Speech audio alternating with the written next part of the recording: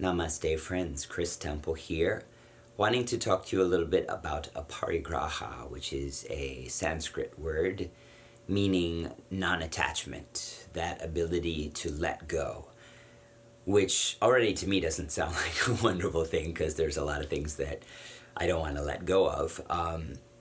And then especially when you put it into like in the moment real life application, it can be super duper tricky because it's not just about letting go. It's about finding the balance in letting go. Let me give you an example that happened in my own life very recently. As some of you know, Sunday morning I went to record my 10 a.m. class, or live stream my 10 a.m. class, as I do, and I had just streamed a class the night before. No issues. I went on and I thought it was working, and then it turned out it wasn't working, so I restarted. And then, long and short of the story was, I realized that people could not see me, but they could hear me. And it wasn't going to be perfect. Like, if I was to continue with the class as things were, it wouldn't be perfect. And I don't know if you guys know, but I can be a little crazy in the ways of being a perfectionist. But so right away, I needed to practice non-attachment. Chris, this isn't going to go down how you were expecting it to go down. You need to let go of how you thought it was going to be. Well, in that moment, I was willing to let go. I just wanted to turn off the switch, apologize to everybody, throw in the towel, and say, I'm done. Like, isn't that non-attachment? Well, couple things. One, my friend, mentor, and boss, Lauren Hanna, happened to be signed into the class, which I was super grateful for.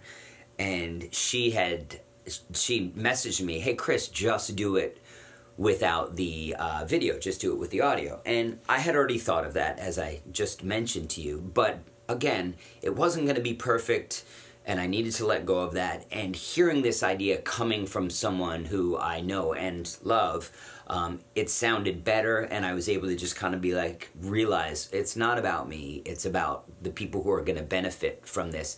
And even if people wanted to not sign in because they were expecting one thing and it wasn't what they expected, and I would respect that. If 3 people took the class and they needed that class right then and there, then I did my job, which again is not about me. It's about the service that I provide, which I really think is beneficial to people, which is why I do it. But the lesson learned for me in that moment was balancing my non-attachment, or maybe perhaps realizing what it is that I'm attached to, which in this case was the perfection of wanting to deliver something that wasn't going to be perfect. But then my non-attachment in that moment was just give up. And I was talking with a friend recently, and which reminded me of a conversation that happened a really long time ago. And I said, I totally understand homeless people, because like I wake up in the morning and I'm stressed maybe about my bills or about a relationship, or if I can't pay my bills, am I going to lose my apartment? Are they going to turn the heat and water off on me? I'm doing fine right now, but I'm just saying these are concerns that one would have in a life. Getting fired from a job perhaps, or whatever the stresses that like being a functional human being in society give to you, you could just put all that aside and be homeless. And this is not to diss on anyone who's homeless, because there's all sorts of reasons. But let's say it was a choice.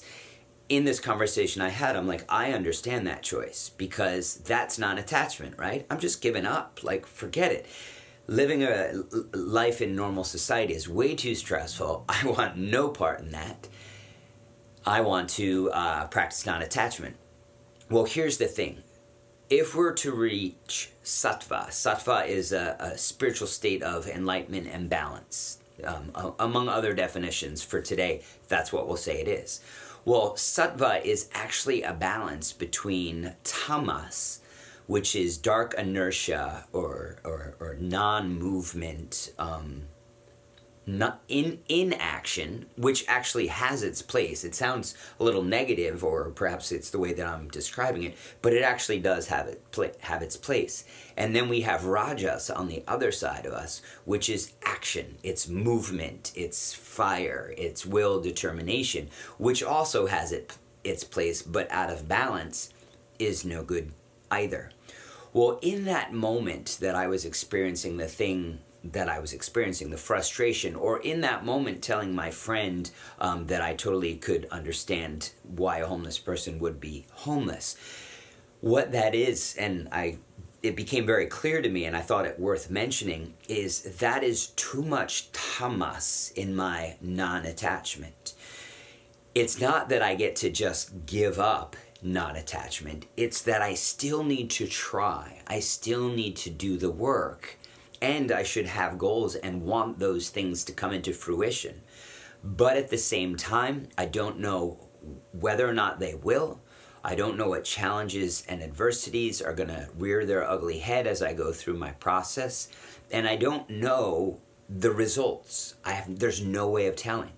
So in my own life, it's about doing the action and letting go of the results. Not taking inaction, tamas, and also not getting too type A, rajas, about the situation, whatever it may be. It's about finding that do, but don't overdo. It's about wanting with everything that I have for it to be perfect, and then accepting that it's not going to be, but still taking that forward action.